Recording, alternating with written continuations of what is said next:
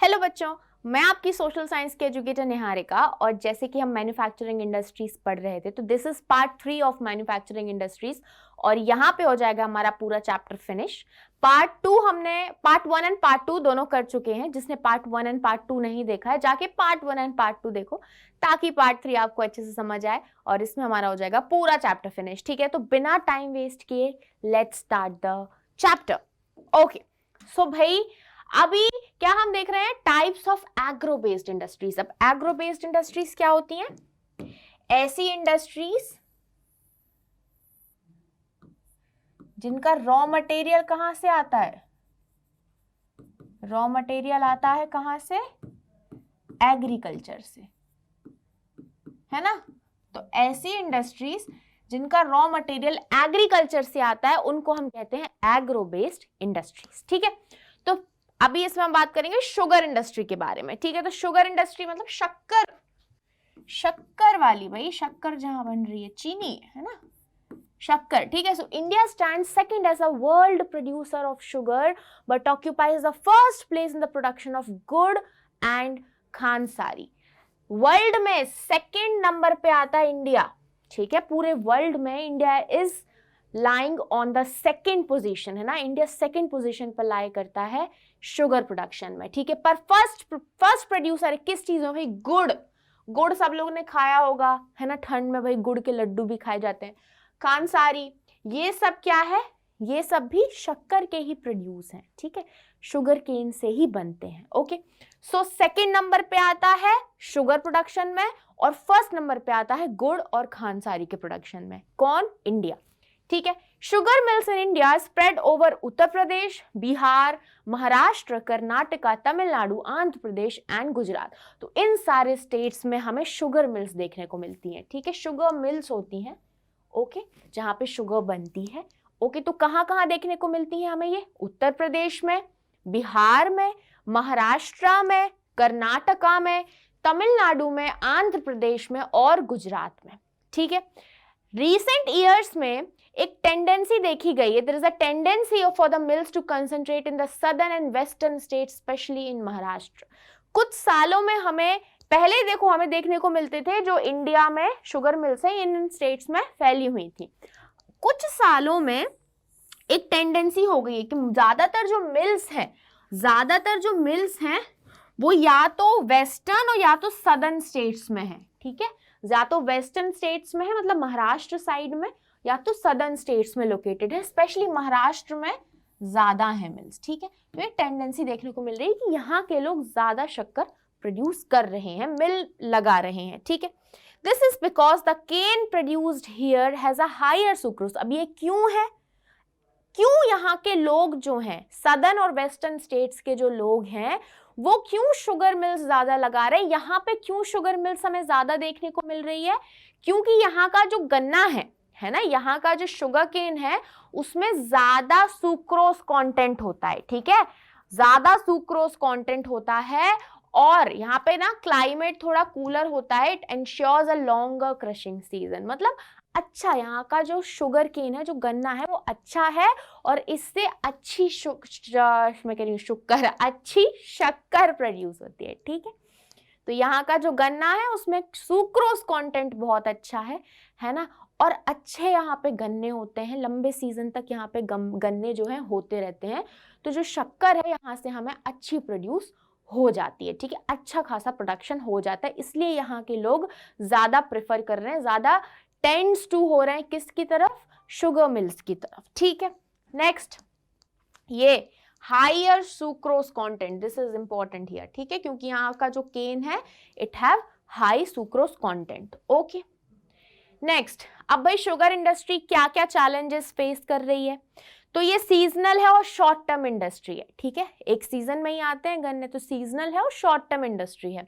Sugar cane production per hectare is low, मतलब एक hectare में जितना शुगर केन का प्रोडक्शन होना चाहिए वो कम है, वो लो है। ठीक है, old machines in use, inefficient methods of production. जो मशीन्स यूज कर रहे हैं वो पुरानी मशीन्स यूज कर रहे हैं और मेथड ऑफ प्रोडक्शन भी अच्छा नहीं है, इनएफिशिएंट है। ठीक है, एफिशिएंसी नहीं आती है, मतलब अच्छा अमाउंट में हमें प्रोडक्शन नहीं मिल पाता है। Okay, need to maximize the use of bagasse, भाई वी नीड टू, हमें जरूरत है कि हम बैगेज का यूज सबसे ज्यादा से ज्यादा करें। Transport delay in reaching cane to factories, transportation की प्रॉब्लम है।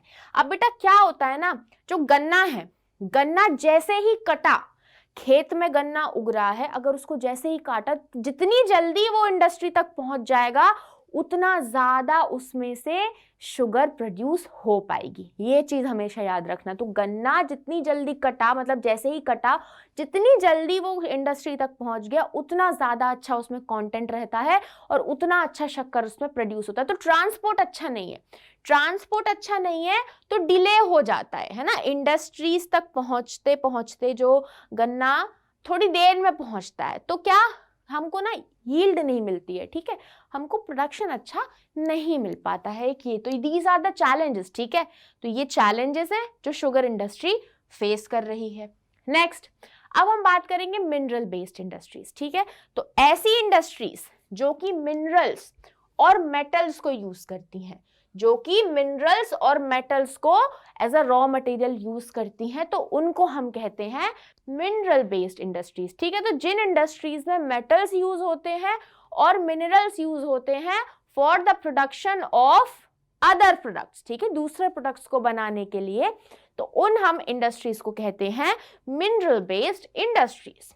ओके, नेक्स्ट, तो इसमें सबसे पहले आती है आयरन एंड स्टील इंडस्ट्री, लोहे और स्टील की इंडस्ट्री, ठीक है।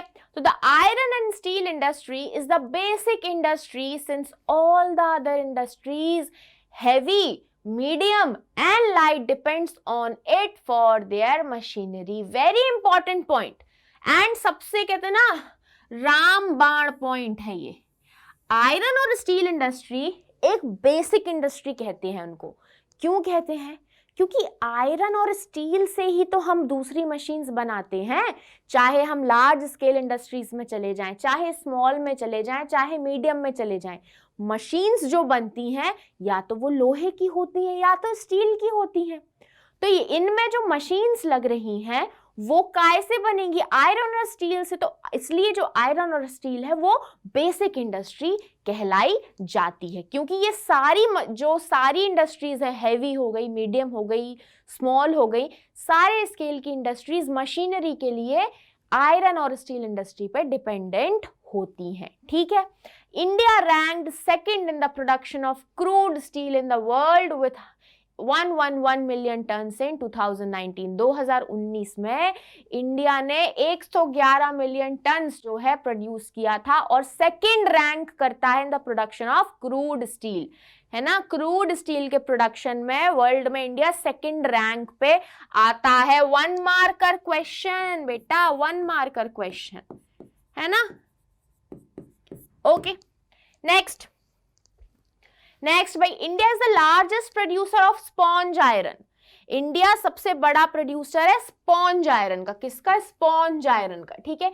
But it's per capita consumption was only 74.3 kg per annum in 2019 against 229.3 kg of world average. पर इसका जो पर कैपिटा कंजप्शन है पर एनम वो कम है, ठीक है।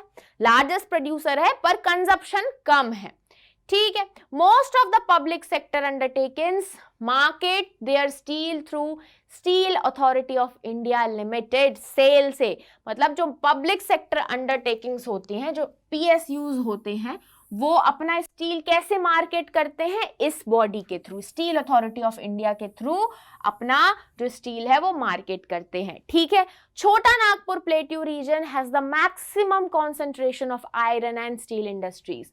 इस एरिया में, छोटा नागपुर एरिया में सबसे ज्यादा आयरन और स्टील इंडस्ट्रीज पाई जाती हैं, ठीक है। Next, due to maximum concentration of iron and steel industry in the Chota Nagpur plateau region, क्या होता है अब इसकी वजह से? छोटा नागपुर प्लेट्यू में सबसे ज्यादा आयरन एंड स्टील इंडस्ट्रीज हैं, तो उसकी वजह से क्या है, low cost of iron ore. यहाँ पे आयरन ओर की जो कॉस्ट है वो बहुत कम हो गई है। High grade raw materials in proximity, ज्यादा मतलब ज्यादा अमाउंट में हाई ग्रेड रॉ मटेरियल्स है, ठीक है, अच्छी ग्रेड का रॉ मटेरियल पाया जाता है। चीप लेबर यहाँ पे मिल जाता है, ठीक है। Vast growth potential in domestic market, अच्छा खासा डोमेस्टिक जो हमारा इंडिया का जो डोमेस्टिक मार्केट है, हमारा घर का मार्केट है, अच्छा पोटेंशियल है कि हम यहाँ पे अच्छा ग्रो कर सकते हैं, ठीक है। Potential is nice here, okay. तो भाई आप देखेंगे in the process of manufacture of steel, कैसे स्टील बनता है। तो सबसे पहले रॉ मटेरियल को प्लांट लाया जाता है, ठीक है, that is iron ore, coking coal, ठीक है। फिर हो गया हमारा लाइमस्टोन, मैंगनीज, इन सबको कहाँ लेके आया जाता है, प्लांट पे लाया जाता है, ठीक है।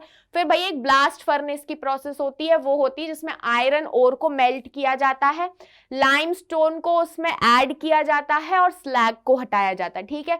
कोक को बर्न किया जाता है ताकि जो ओर है उसको गर्म किया जा सके, ठीक है। पिग आयरन बन जाता है भाई, molten material poured into moulds called pigs, ठीक है। पिग आयरन कैसे बनता है, जो अब ये सब जो पिघलाया इन्होंने सारा मटेरियल, इसको ना ऐसे पिग्स में भर देते हैं, ठीक है। जो एक मॉल्टन मटेरियल होता है जो कि मोल्ड्स, जिनको हम पिग्स कहते हैं, इसमें भर देते हैं और इससे हम पिग आयरन ऑब्टेन करते हैं, ठीक है।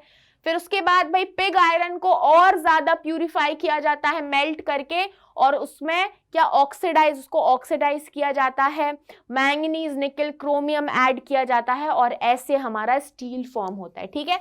तो पिग आयरन में ये सारी चीजें ऐड करते हैं तो स्टील बनता है। उसके बाद फिर उस स्टील को रोल किया जाता है, प्रेस किया जाता है, जैसे भी आपको शेप का चाहिए वैसा बना दिया जाता है, और उसको हम कहते हैं शेपिंग मेटल। तो this was the whole process and this is very important. बहुत क्विक प्रोसेस लिखी हुई है और बहुत कहते हैं ना कट टू कट पॉइंट्स में लिखी हुई है। सो आप एक एक पॉइंट अगर ऐसे लिख के आओगे, your numbers are, your points are कहीं नहीं जा रहे हैं, ठीक है, आपके पॉइंट्स कहीं भी नहीं जा रहे हैं, पूरे मार्क्स मिलेंगे। So this is the whole process, okay. अब क्यों आयरन और स्टील इंडस्ट्री को बेसिक इंडस्ट्री कहते हैं, ये ना डायरेक्ट बेटा क्वेश्चन भी आ जाता है, ऐसा डायरेक्ट क्वेश्चन भी आ जाता है, ठीक है। तो बहुत सारी इंडस्ट्रीज क्यों कहते हैं भाई, क्योंकि हमारी इंडस्ट्रीज जो है दूसरी वाली, वो सब टोटली इस पर डिपेंडेंट है ना अपनी मशीन्स के लिए, इसलिए बेसिक कहलाती है। तो जो दूसरी इंडस्ट्रीज हैं वो आयरन और स्टील इंडस्ट्री पर डिपेंडेंट होती हैं, ठीक है। क्योंकि अब भैया ये मशीन्स प्रोवाइड करती है ना, प्रोवाइड्स मशीन्स प्रोवाइड करती हैं दूसरी इंडस्ट्रीज को, जैसे शुगर इंडस्ट्री को, सीमेंट इंडस्ट्री को, इन सबको मशीन्स प्रोवाइड करती हैं, ठीक है। Industrial progress of the country depends on this industry. अगर हमारी आयरन और स्टील इंडस्ट्री अच्छी होगी तो हमारी मशीन डेवलपमेंट अच्छी होगी। तो जो हमारा इंडस्ट्रियल प्रोग्रेस है ना, वो आयरन और स्टील इंडस्ट्री पे इसलिए डिपेंडेंट होता है, ठीक है। ये बहुत ज्यादा पीपल को जॉब प्रोवाइड करता है, इसलिए इन सारे रीजंस की वजह से हमारा आयरन और steel industry is the basic industry, ठीक है। अब ये क्वेश्चन है कि भाई इनको हैवी इंडस्ट्री क्यों कहते हैं, why they are known as heavy industry, मतलब भारी भरकम इंडस्ट्रीज, राइट। भारी भरकम इंडस्ट्रीज क्यों कहते हैं, अब इनको देखते हैं। क्योंकि इसमें सबसे पहले जो भी रॉ मटेरियल्स यूज होते हैं, जैसे आयरन ओर हो गया, कोल जो लगता है, लाइम लगता है, ये सब क्या है, हैवी है नेचर में, क्या है ये, भारी है ना, बल्कि है ये सब, इसलिए इनको हम कहते हैं हैवी इंडस्ट्रीज। क्यों, क्योंकि इनमें जो भी क्या रॉ मटेरियल यूज हो रहा है, जैसे आयरन और स्टील, कोल, लाइम, ये सब हैवी है नेचर में, ठीक है। और जो फिनिश्ड प्रोडक्ट्स यहां से मिलते हैं, मतलब आयरन और स्टील इंडस्ट्री से जो फिनिश्ड प्रोडक्ट्स मिलते हैं, उसको ट्रांसपोर्ट करने का कॉस्ट भी बहुत हाई होता है, क्योंकि बहुत हैवी होते हैं, ठीक है, उनका ट्रांसपोर्टेशन कॉस्ट बहुत हाई होता है, okay. Due to lack of full development of iron and steel industry in India, अब भाई आयरन और स्टील इंडस्ट्री का लैक ऑफ डेवलपमेंट है, मतलब अच्छे से डेवलप नहीं की गई है, उसकी वजह से क्या है, चैलेंजेस कुछ फेस कर रही है इंडिया, और अपना पूरा जितना उसका पोटेंशियल है वो शो नहीं कर पा रही है। पोटेंशियल तो है, बहुत अच्छा कर सकती है, पर डेवलपमेंट की कमी से वो अपना कितना 100% नहीं दे पा रही है, ठीक है। क्या अवेलेबिलिटी कम है, ठीक है, कोकिंग कोल की कॉस्ट बहुत ज्यादा है, अवेलेबिलिटी कम है, इंफ्रास्ट्रक्चर बिल्डिंग्स वगैरह हमारे पास पुअर है, अच्छी नहीं है, लेबर की प्रोडक्टिविटी अच्छी नहीं है, और एनर्जी की सप्लाई भी इरेगुलर है। तो दीज आर द प्रॉब्लम्स जो डेवलपमेंट की वजह से, द लैक ऑफ डेवलपमेंट की वजह से हमारी आयरन और स्टील इंडस्ट्री अपना पोटेंशियल नहीं शो कर पा रही है, ठीक है। आगे अब हम बात करेंगे एल्यूमिनियम स्मेल्टिंग के बारे में, ठीक है। तो ये भी एक इंडस्ट्री है, ठीक है, ये second most important metallurgical industry है इंडिया में, ठीक है। तो इंडिया में भाई पहली इंपॉर्टेंट हो गई आयरन और स्टील, फिर हो गई हमारी एल्यूमिनियम, ठीक है। इसमें भाई रॉ मटेरियल क्या है, एल्यूमिनियम का रॉ मटेरियल क्या है भाई, बॉक्साइट, ठीक है, एक मिनरल होता है, ठीक है, ये इस इंडस्ट्री का रॉ मटेरियल है, बहुत बल्की होता है, ये डार्क रेड कलर का रॉक होता है ये, ठीक है। Aluminium is lightest, resistant to corrosion, a good conductor of heat, malleable and becomes strong when it is mixed with other metals। अब एल्यूमिनियम की यहाँ पे प्रॉपर्टीज दी गई हैं। तो एल्यूमिनियम भाई बहुत सारे लोग, आप तो एल्यूमिनियम फॉइल यूज कर रहे हो आप, है ना, आप अपने घरों में भी एल्यूमिनियम के बर्तन देखते होगे। तो एल्यूमिनियम इतना इतना फेमस हो गया ना अभी कुछ टाइम पे, पहले तो आयरन आयरन आयरन यूज किया जाता था, but aluminium now it has become very prominent and very famous, है ना। क्यों? क्योंकि एल्यूमिनियम लाइट होता है ना, लाइट होता है, इसमें भाई जंग नहीं लगती है, ठीक है, कोरोजन, इसमें जंग नहीं लगती है। उसके बाद हीट का गुड कंडक्टर है, मतलब अच्छा हीट हो जाता है, मैलिएबल है, इसको आप अच्छा खासा पीट के ना वो बना सकते हो, है ना, उसको फैला सकते हो, अच्छा खासा ये मैलिएबल है, ठीक है, और ये बहुत स्ट्रॉन्ग बन जाता है जब दूसरे मेटल्स के साथ इसको मिक्स किया जाता है, इसलिए एल्यूमिनियम बहुत फेमस और बहुत प्रोमिनेंट हो रहा है, ठीक है। It is used to manufacture, अब क्या एयरक्राफ्ट बनाने के लिए इसको यूज किया जा रहा है, यूटेंसिल्स बनाए जाते हैं, वायर्स वगैरह भी इससे बनाए जाते हैं, तो ये इसमें यहाँ पे यूज हो रहा है एल्यूमिनियम, ठीक है। Aluminium has gained popularity as a substitute of steel, copper, zinc and lead in different industries। पहले इंडस्ट्रीज में स्टील, कॉपर, जिंक, लेड इनका बहुत यूज किया जाता था, पर अब एल्यूमिनियम ने इनको रिप्लेस कर लिया है, इतनी ज्यादा पॉपुलर हो चुकी है aluminium. The factors responsible for the location of industry, अब कौन से फैक्टर्स पे, मतलब क्या ऐसे फैक्टर्स हैं जो डिसाइड करेंगे कि एल्यूमिनियम की इंडस्ट्री कहाँ होनी चाहिए। तो भाई सबसे पहला फैक्टर है रेगुलर सप्लाई ऑफ इलेक्ट्रिसिटी, ऐसी जगह जहां पे इलेक्ट्रिसिटी की सप्लाई कट ना हो, रेगुलर सप्लाई होती रहे, वो जगह जहां पे रॉ मटेरियल अवेलेबल हो मिनिमम कॉस्ट पे। So these are the factors, ठीक है। तो इंडिया में कहाँ कहाँ एल्यूमिनियम के पॉइंट्स जो है, स्मेल्टिंग प्लांट्स कहाँ कहाँ लोकेटेड है, तो उड़ीसा में लोकेटेड है, वेस्ट बंगाल में है, केरला में है, उत्तर प्रदेश में है, छत्तीसगढ़ में है, महाराष्ट्र में है और तमिलनाडु में है, ठीक है। So these are the places जहां पे एल्यूमिनियम के स्मेल्टिंग पॉइंट्स, स्मेल्टिंग प्लांट्स जो हैं लोकेटेड हैं, ठीक है। ओके, तो अब हम बात करेंगे केमिकल इंडस्ट्रीज के बारे में। केमिकल इंडस्ट्रीज क्या है, जहां पे केमिकल्स प्रोड्यूस होते हैं, ठीक है। तो ऐसी इंडस्ट्रीज जहां पे केमिकल प्रोड्यूस हो रहे हैं, दोज आर केमिकल इंडस्ट्रीज, ठीक है। तो भाई इंडिया में ना जो केमिकल इंडस्ट्रीज हैं अच्छी खासी फास्ट ग्रोइंग है, मतलब बहुत ज्यादा ग्रो कर रही हैं, और इंडस्ट्रीज, नई नई इंडस्ट्रीज आती जा रही हैं, ठीक है। अब इसमें लार्ज और स्मॉल स्केल दोनों हम देखने को मिलता है कि लार्ज स्केल भी इंडस्ट्रीज हैं, अच्छे बड़े पैमाने पे भी हैं और छोटे पैमाने पे भी हैं, स्मॉल स्केल भी हैं, ठीक है। केमिकल इंडस्ट्रीज के देखो, या तो ऑर्गेनिक केमिकल्स होते हैं या तो इनऑर्गेनिक होते हैं, तो दो सेक्टर्स होते हैं, ऑर्गेनिक एंड इनऑर्गेनिक, ठीक है। तो केमिकल इंडस्ट्रीज इंडिया में अच्छी खासी ग्रोइंग है, फास्ट ग्रोइंग है, उसके बाद स्मॉल स्केल पे भी है और लार्ज स्केल पे भी है, और इसके दो सेक्टर्स हैं, ठीक है। दो सेक्टर्स हैं, ऑर्गेनिक एंड इनऑर्गेनिक। तो सबसे पहले ऑर्गेनिक सेक्टर की बात करेंगे हम। तो ऑर्गेनिक सेक्टर क्या बनाएंगे यार, जाहिर सी बात है ना यार, ऑब्वियस है, ऑर्गेनिक केमिकल्स बनाएंगे, ठीक है। दीज केमिकल्स इंक्लूड पेट्रोकेमिकल्स, ठीक है। तो इन केमिकल्स में क्या क्या आते हैं, पेट्रोकेमिकल्स आते हैं, ठीक है। अब पेट्रोकेमिकल्स कहाँ यूज होते हैं, पेट्रोकेमिकल सिंथेटिक फाइबर्स के मैन्युफैक्चरिंग में यूज होते हैं, ठीक है। रबर जब बनती है, प्लास्टिक जब बनता है, डाई स्टफ बनता है, ड्रग्स, फार्मास्यूटिकल्स, इन सब में पेट्रोकेमिकल्स यूज होते हैं, ठीक है। तो यहाँ पे पेट्रोकेमिकल का यूज बहुत ज्यादा दिखाया है। तो ये कहाँ पे प्रोड्यूस होता है पेट्रोकेमिकल, अब बताओ कहाँ पे होता है, ऑर्गेनिक केमिकल इंडस्ट्री में होता है, ठीक है। Organic chemical plants are located near oil refineries और पेट्रोकेमिकल प्लांट्स, ठीक है। तो कहाँ पे होंगे भाई, जहां पे उनका रॉ मटेरियल उनको पास पड़ेगा ना, तो भाई जहां पे ऑयल रिफाइनरीज हैं, जहां पे पेट्रोकेमिकल प्लांट्स हैं, वहीं आसपास ऑर्गेनिक केमिकल प्लांट्स होते हैं, ऑर्गेनिक सेक्टर वाली इंडस्ट्रीज, केमिकल इंडस्ट्रीज होती हैं, क्योंकि यहाँ पे उनको रॉ मटेरियल इजिली मिल जाता है, ठीक है। Next, inorganic sector. अब भाई अभी हमने पढ़ा ऑर्गेनिक सेक्टर के बारे में, अब हम पढ़ेंगे इनऑर्गेनिक सेक्टर के बारे में। ओके, तो inorganic sector produces inorganic chemicals. Obvious है ना, अभी ऑर्गेनिक सेक्टर क्या प्रोड्यूस कर रहा था, ऑर्गेनिक केमिकल्स, तो इनऑर्गेनिक क्या प्रोड्यूस करेगा, इनऑर्गेनिक केमिकल्स, है ना। तो इनऑर्गेनिक केमिकल्स भाई क्या, कौन कौन से हो गए, जैसे हो गए हमारे सल्फ्यूरिक एसिड, ठीक है। ओके, अब सल्फ्यूरिक एसिड कहाँ पे यूज होता है, फर्टिलाइजर्स में यूज होता है, सिंथेटिक फाइबर, प्लास्टिक, पेंट में, डाई में, नाइट्रिक एसिड, ये सब में, ठीक है, इन सबको प्रोड्यूस करने के लिए यूज होता है। तो ये केमिकल्स बनाए जाते हैं ना, केमिकल इंडस्ट्री में भी जो केमिकल्स बनाए जा रहे हैं उनको भी यूज करके हम दूसरी चीजें बना रहे हैं, ठीक है। These chemical plants all over the country located है, ठीक है। ये वाली देखो, ये वाली हमने देखी कहाँ पे है, ऑयल रिफाइनरीज के पास है, ऑयल रिफाइनरीज या फिर पेट्रोकेमिकल प्लांट्स जहां पे उनको रॉ मटेरियल इजीली मिल जाए, ठीक है।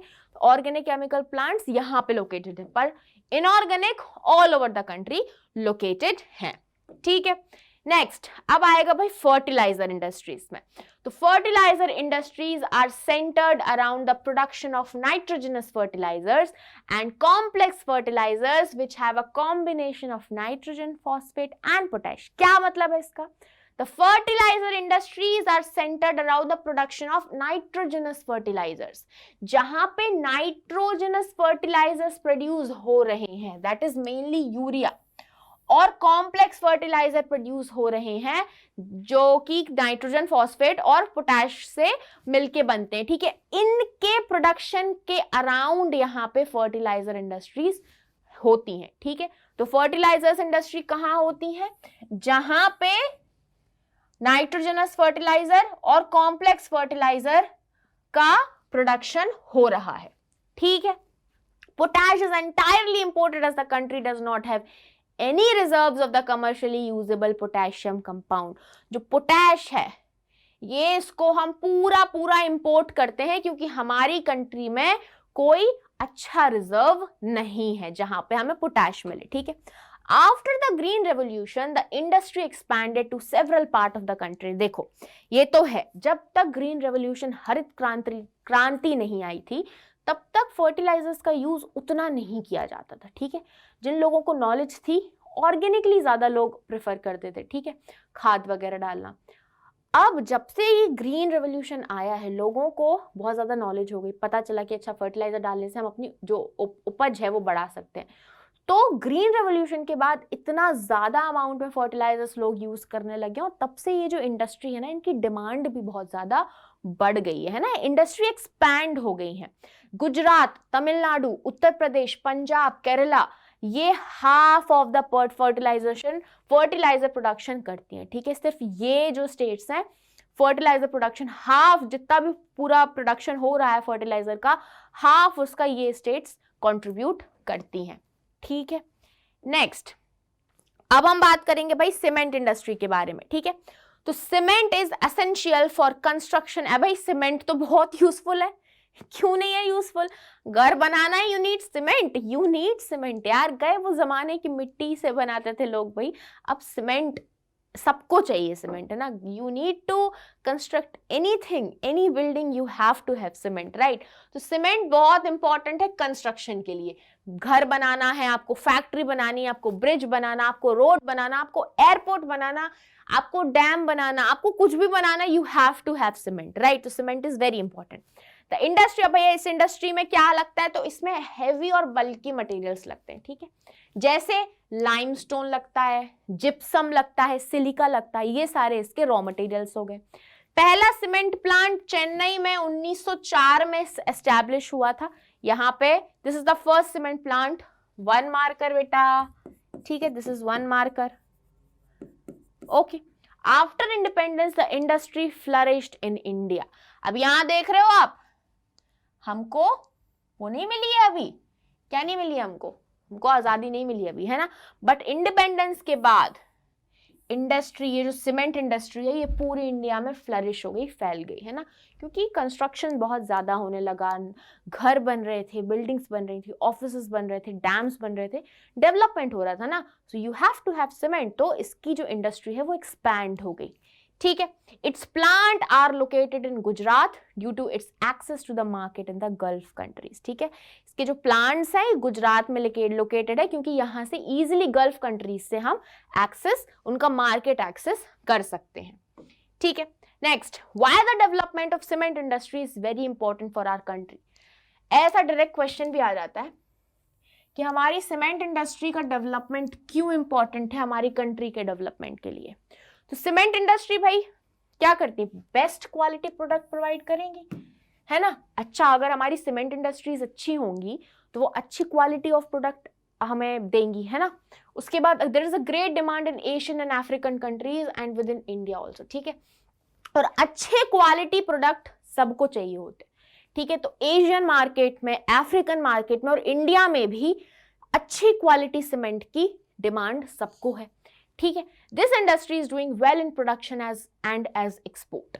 अच्छा खासा एक्सपोर्ट भी ये इंडस्ट्री हमारे यहाँ पे लेके आ रही है, ठीक है। बिकॉज अगर हमारे यहाँ पे अच्छा क्वालिटी ऑफ सीमेंट प्रोड्यूस हो रहा है तो दूसरी कंट्रीज विल डिमांड, जहाँ पे नहीं है, है ना, जहाँ पे they can not produce the cement, तो they will demand the cement. तो हम अच्छा खासा एक्सपोर्ट कर रहे हैं, ठीक है, और प्रोडक्शन भी अच्छा है हमारे यहाँ पे, अच्छा खासा प्रोडक्शन भी हो रहा है, तो सीमेंट इंडस्ट्री एक्सपैंड हो रही है, ठीक है। Decontrol of price and distribution since 1989 and other policy reforms led the cement industry to make rapid strides in capacity, process technology and production. भाई अब सीमेंट इंडस्ट्री इतनी ज्यादा इंपॉर्टेंट हो गई है कि सबको पता चल गया कि okay this is the good place जहां पे हम प्रॉफिट भी कमा सकते हैं, है ना, और उतना ज्यादा हमको शायद कहते हैं ना नुकसान घाटा ना झेलना पड़े मे भी। तो भाई 1989 के बाद पॉलिसी रिफॉर्म्स भी हुए बहुत सारे, जिसकी वजह से जो सीमेंट इंडस्ट्री है वो अपनी कैपेसिटी, टेक्नोलॉजी, प्रोडक्शन वगैरह एकदम उसने बढ़ा ली है, ठीक है। तो हमारा सीमेंट इंडस्ट्री का डेवलपमेंट बहुत इंपॉर्टेंट है हमारे कंट्री के डेवलपमेंट के लिए, क्योंकि अगर हमारे पास अच्छी क्वालिटी का प्रोडक्ट होगा तो हम उसको एक्सपोर्ट अच्छा करेंगे, और हम एक्सपोर्ट करते भी हैं, है ना। तो हम एक्सपोर्ट अच्छा करेंगे तो हमारे पास फॉरेन एक्सचेंज भी आएगा ना, है ना, फॉरेन मनी भी आएगा, so will become a good exporter as well. हमारी इंडिया को भी नीड है, सो इसलिए cement industry is very important for the development of the nation of our country. Okay, तो अब हम पढ़ेंगे ऑटोमोबाइल इंडस्ट्री के बारे में, ठीक है। ऑटोमोबाइल से मतलब गाड़ी घोड़े, ठीक है, गाड़ी भाई, गाड़ी, कार, व्हीकल, ये सब हो गए, ठीक है। तो automobile provides vehicle for quick transportation of goods and passenger, ठीक है। तो ऑटोमोबाइल इंडस्ट्री में क्या देती है, हमें व्हीकल्स देती हैं ताकि हम पैसेंजर्स का ट्रांसपोर्ट कर सके, गुड्स को ट्रांसपोर्ट कर सके। तो ऑटोमोबाइल इंडस्ट्री हमें क्या देती है, हमें व्हीकल्स देती है, ठीक है। After the liberalisation, the coming in of the new and contemporary models stimulated the demand for vehicles in the market। देखो, जब लिबरलाइजेशन हुआ उसके बाद ना लोग बाग बहुत डिमांड करने लगे, नए नए मॉडल्स आए जब मार्केट में, तो लोगों की डिमांड बढ़ गई। Everyone wants to have a car, everyone wants to have vehicle. तो इसकी जो ऑटोमोबाइल इंडस्ट्री की जो डिमांड है वो बढ़ती जा रही है, because everyone wants a new car. यार सबको कार चाहिए, घर में कार तो होनी चाहिए। इंडस्ट्रीज लोकेटेड, अब इंडस्ट्रीज कहाँ लोकेटेड है, दिल्ली, गुड़गांव, मुंबई, पुणे, चेन्नई, यहाँ पे इंडस्ट्रीज इसकी लोकेटेड है, ठीक है। How the liberalisation and direct foreign investment have made a rapid growth in the automobile industry of India.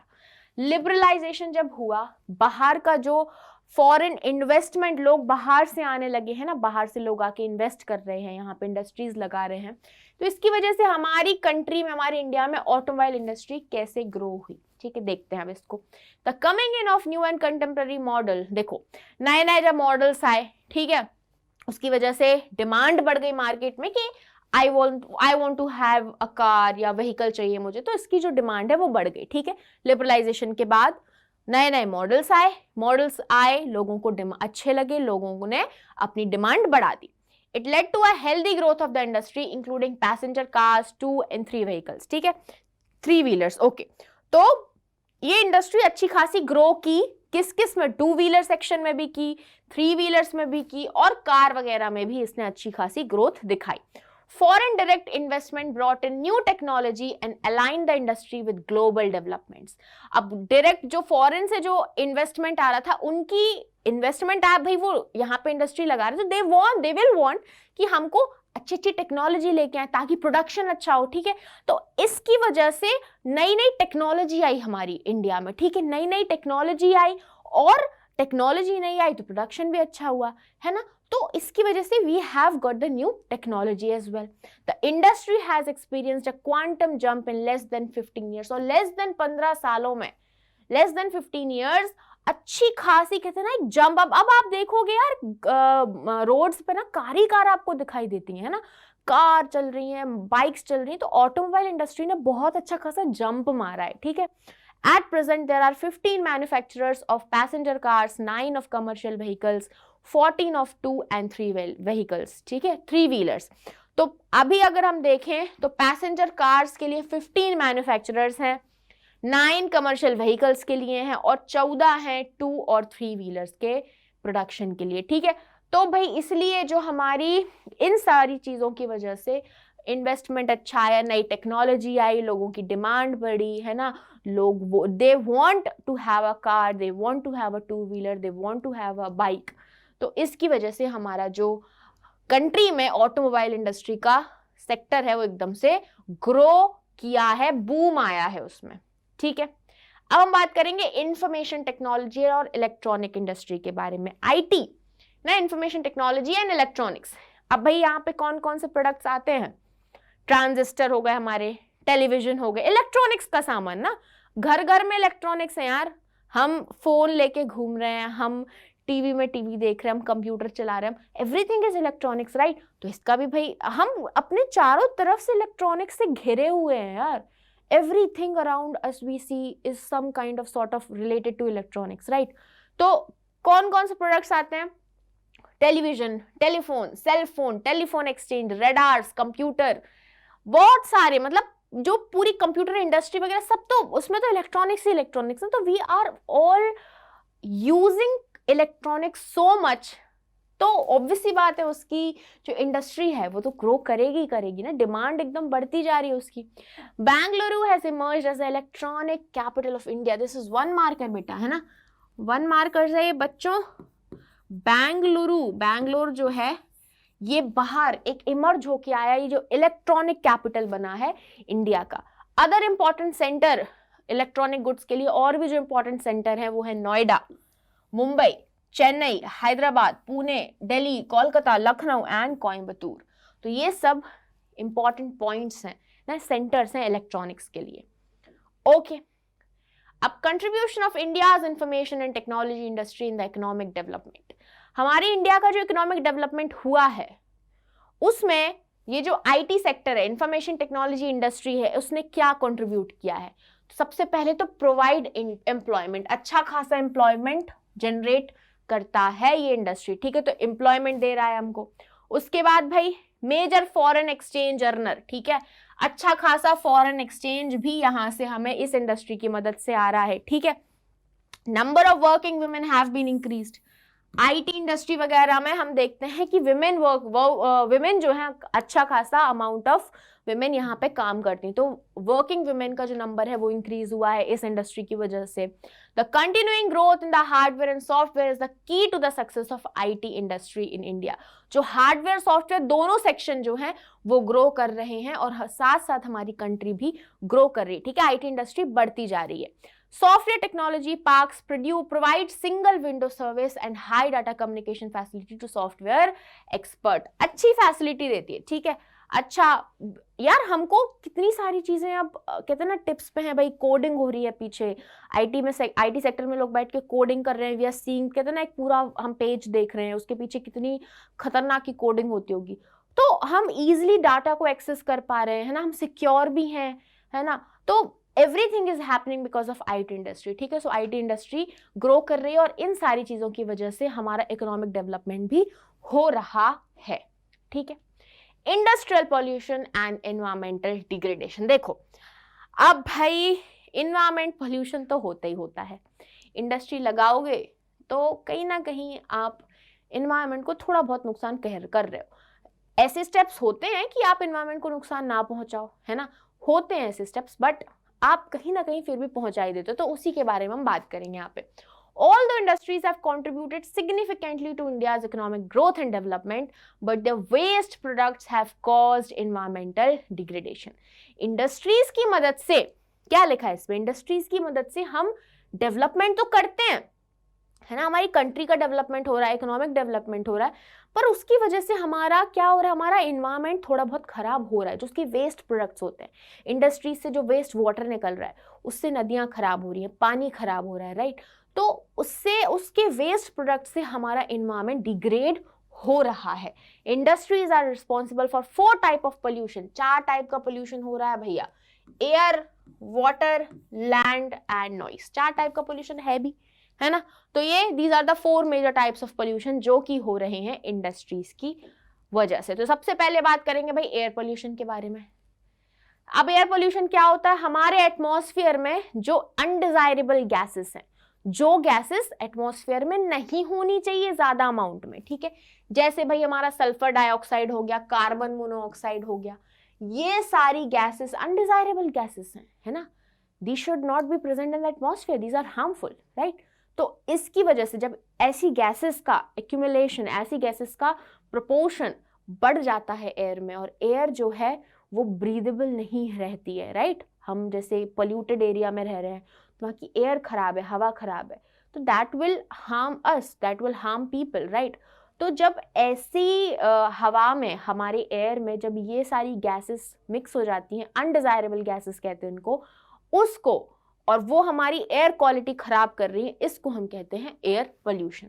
Smoke is emitted by chemical and paper factories, जो पेपर और जो केमिकल फैक्ट्रीज है वहां से भाई स्मोक आता है, ठीक है, ठीक है, स्मोक यहां से भाई paper factories, brick kilns, refineries, smelting plants, burning of fossil fuels leads to air pollution, सबकी वजह से एयर पोल्यूशन हो रहा है, ठीक है। अब पेपर फैक्ट्री है, केमिकल फैक्ट्रीज हैं, ब्रिक जहां बन रही हैं, ठीक है, स्मेल्टिंग प्लांट्स हो गए, जहां पे इवन हम अपनी मोटरसाइकिल चला रहे हैं, गाड़ियां चला रहे हैं, कार चला रहे हैं, सबसे धुआं निकल रहा है, और वो क्या कर रहा है, वो हमारे एयर को पोल्यूट कर रहा है, ठीक है। It is affecting what now, किस किस को अफेक्ट कर रहा है, ह्यूमन हेल्थ खराब हो रही है, एनिमल्स को अफेक्ट कर रहा है, प्लांट्स खराब हो रहे हैं, बिल्डिंग्स को अफेक्ट कर रहा है, हमारे एटमॉस्फेयर खराब हो रहा है, पूरा एटमॉस्फेयर एज अ होल, हमारा एटमॉस्फेयर, हमारा एनवायरमेंट खराब हो रहा है। So these are the adverse effect of the air pollution, ठीक है। तो ये हमने पढ़ा एयर पोल्यूशन के बारे में। Now we are gonna read about water pollution. तो भाई जब इंडस्ट्रियल वेस्ट होते हैं, ठीक है, इंडस्ट्रीज में जो वाटरी वेस्ट हो गए, जब उनको अनट्रीटेड उन वाटर वेस्ट को हम ऐसे ही छोड़ देते हैं रिवर्स में, लेक्स में, तो वहां का रिवर का और लेक का जो पानी है वो भी क्या हो जाता है, वो भी पोल्यूट हो जाता है, वो भी खराब होता है, तो उसको हम कहते हैं वाटर पोल्यूशन, हमारे पानी की क्वालिटी खराब हो रही है, ठीक है। तो इंडस्ट्रीज जो सबसे ज्यादा रिस्पॉन्सिबल हैं वाटर पोल्यूशन के लिए, वो है paper industry, pulp, chemical industry, textile industry, dyeing industry, petroleum refineries, tanneries, electroplating industry. So these all are the industries which are majorly responsible for the pollution, for the water pollution, right? Okay, now thermal pollution के बारे में बात करेंगे हम। So pollution of water occurs when hot water from factories and thermal plants is drained into rivers and ponds before cooling। देखो, जब बहुत गर्म पानी होता है ना, रिफाइनरीज से, इंडस्ट्रीज से गर्म पानी निकल रहा है, और वो हम उसको ऐसे, मतलब ठंडा नहीं हो पाता, और उसको ऐसे छोड़ देते हैं ठंडे पानी में जो रिवर और हमारी लेक्स में है, तो वो जो हमारी रिवर और लेक का जो टेम्परेचर डिफरेंस क्रिएट होता है, उसकी वजह से इवन पता, एकदम से गर्म पानी गया है ना, टेम्परेचर इम्बैलेंस हो जाता है, जो हमारा नॉर्मल वाटर, उसका एक नॉर्मली कहते हैं ना एक एवरेज टेम्परेचर होता होगा, वो डिसबैलेंस हो जाता है। वहाँ पे जो प्लांट्स उग रहे हैं उस रिवर में, उस लेक में, जो आसपास प्लांट्स हैं, ठीक है, जो एक्वेटिक लाइफ है, वो इफेक्ट होती है इससे, तो ये इसका एडवर्स इफेक्ट है। तो ऐसा थर्मल पोल्यूशन भी हो रहा है। नॉइस पोल्यूशन, तो it is the propagation of noise with harmful impact on the activity of human और एनिमल लाइफ।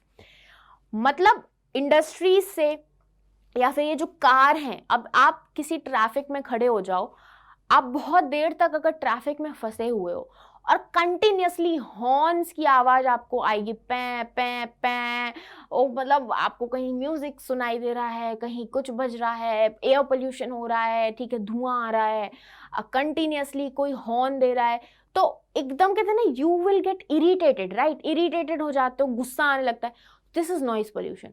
जब आवाज जो है ना, वो आवाज पोल्यूट कर रही है ना, हमारा क्या, ह्यूमन की लाइफ को इफेक्ट कर रही है, एनिमल्स भी नॉइज से जो ना एकदम इफेक्ट हो जाते हैं, तो दिस इज नॉइज पोल्यूशन, ठीक है। इट रिजल्ट्स, देखो क्या क्या होता है इससे, इरिटेशन होती है, गुस्सा आता है, किसी किसी की तो सुनने की क्षमता भी खत्म हो जाती है, उसको कम सुनाई देने लगता है, ठीक है, हार्ट रेट बढ़ जाती है, ब्लड प्रेशर बढ़ जाता है। तो these are the adverse effect of what, noise pollution, ठीक है।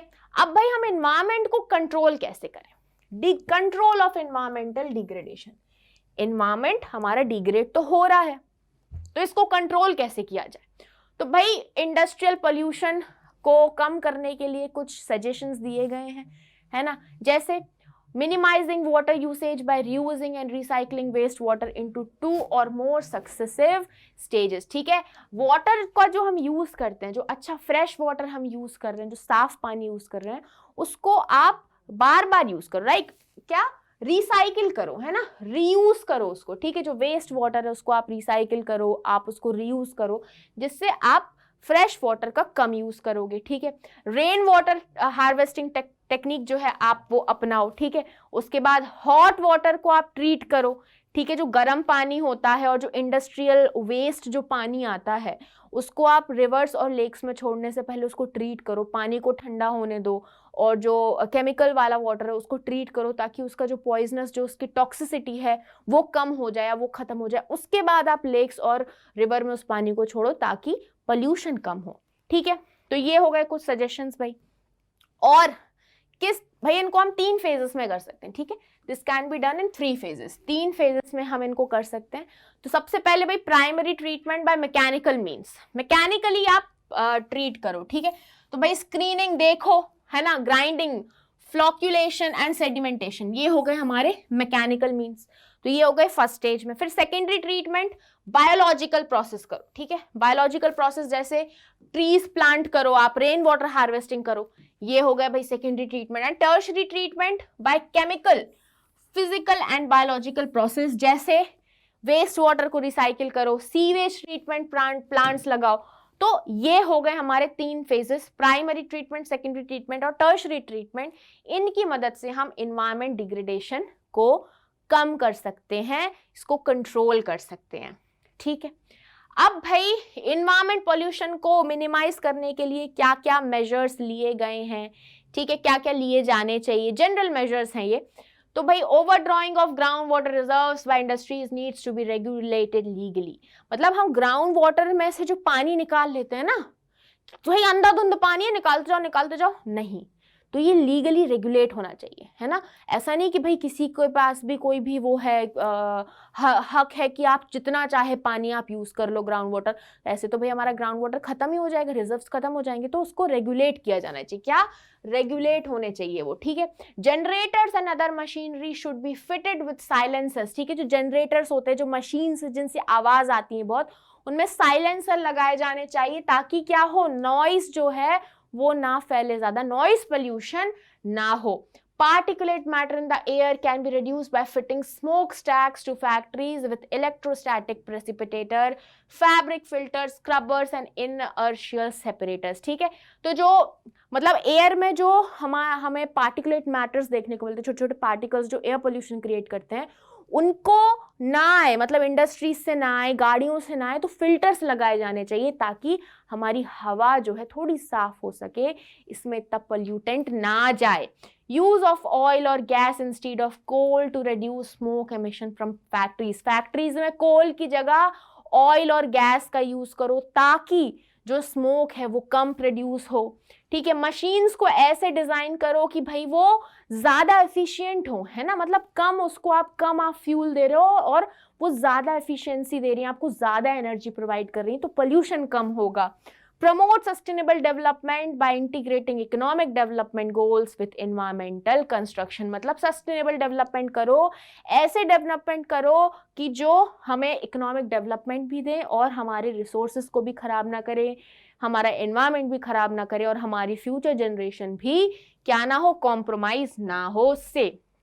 अब भाई NTPC के बारे में हम यहाँ पे बात करेंगे। तो यहाँ पे अभी हमने कुछ देखे measures, बहुत अच्छे measures थे, लिए जाने चाहिए जिससे हमें मदद मिलेगी और एनवायरमेंटल पोल्यूशन कम होगा। तो national thermal power corporation is the full form of NTPC. ठीक है, ये भाई पावर प्रोवाइडिंग कॉर्पोरेशन है। ठीक है, पावर प्रोवाइड करता है, ये अच्छा खासा पावर प्रोवाइड करता है ये। ठीक है, इंडिया में इसको भैया आईएसओ का सर्टिफिकेशन मिला हुआ है 14001 for developing environment management systems. ठीक है, मेजर टास्क, जो सबसे बड़ा टास्क है एनटीपीसी का, ये पावर प्लांट सेटअप करता है। ठीक है, by conserving the natural environment and resources, मतलब नेचुरल एनवायरनमेंट को कंजर्व करते हुए और हमारे रिसोर्सेस को प्रोटेक्ट करते हुए, जैसे एयर, वाटर, ऑयल, गैस, कोल, दूसरे फ्यूल्स, इन सब को प्रोटेक्ट करते हुए, इनको कंजर्व करते हुए ये पावर प्लांट्स को सेटअप करता है। और ये कैसे करता है? इन स्टेप्स को फॉलो करके, optimum utilization of equipments, adopting latest techniques and upgrading old equipment wherever possible। जहां जहां पे पुराने इक्विपमेंट्स हैं जो खराब हो गए हैं, जिनमें ज्यादा फ्यूल लग जाता है, उनको रिप्लेस करता है। ठीक है, नई नई टेक्निक्स जो हैं उनको बोलता है कि ये अडॉप्ट कराता है लेटेस्ट टेक्निक्स को। ठीक है, और जो इक्विपमेंट्स है उनको अच्छी तरीके से यूटिलाइज उनको करता है भाई, कि अगर आप किसी इक्विपमेंट को अच्छे से यूटिलाइज कर रहे हो, उसमें एनर्जी कम, मतलब एनर्जी अच्छी खासी मिल रही है, आपको फ्यूल कम देना पड़ रहा है, तो वो उसको ऑप्टिमम उसका यूटिलाइजेशन बताता है कि आपको हर किसी भी मशीन को अच्छे से यूज करना चाहिए। ठीक है, minimising waste generation in thermal power plants by adopting ash utilisation techniques. जो थर्मल पावर प्लांट्स हैं वहां पे भाई बोलता है कि वेस्ट जो है वो कम से कम प्रोड्यूस हो सके। ठीक है, कैसे? ऐश यूटिलाइजेशन टेक्निक्स को अपना के।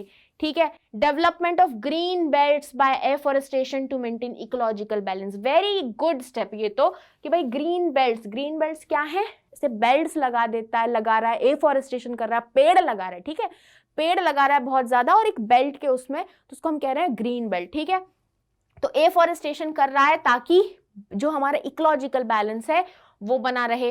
इन्वायरमेंटल पोल्यूशन रिड्यूस कर रहा है, पॉन्ड को मैनेज करके, वाटर रिसाइकल सिस्टम, मतलब जो ऐश चली जाती है वाटर में तो उसको रिसाइकिल करके, है ना, जो वेस्ट, जो लिक्विड वेस्ट है, इंडस्ट्रीज से जो लिक्विड वेस्ट आता है उसको मैनेज करके, उसको ट्रीट करके भाई आप पानी को छोड़ो रिवर्स और लेक्स में। तो ऐसे ये इन्वायरमेंटल पोल्यूशन रिड्यूस कर रहा है। ठीक है, फैसिलिटीज इंस्टॉल कर रहा है for ecological monitoring, review and online database management in all the power station. जितने भी पावर स्टेशन है वहां पे ये सारी फैसिलिटीज ये क्या कर रहा है? इंस्टॉल कर रहा है, ताकि देखा जा सके कि कहीं हमारा इन्वायरमेंट खतरे में तो नहीं है, इन्वायरमेंट को नुकसान तो नहीं पहुंच रहा है, और वो अपना काम बहुत अच्छे से कर रहा है।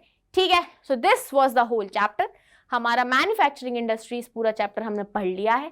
ठीक है, तो इस चैप्टर के या किसी भी चैप्टर के या किसी भी लेक्चर के आपको नोट्स डाउनलोड करने हैं, आप उसको स्कोपलेस ऐप से डाउनलोड कर सकते हो। ठीक है, तो फिर मिलते हैं नेक्स्ट लेक्चर में। बाय बाय बच्चों।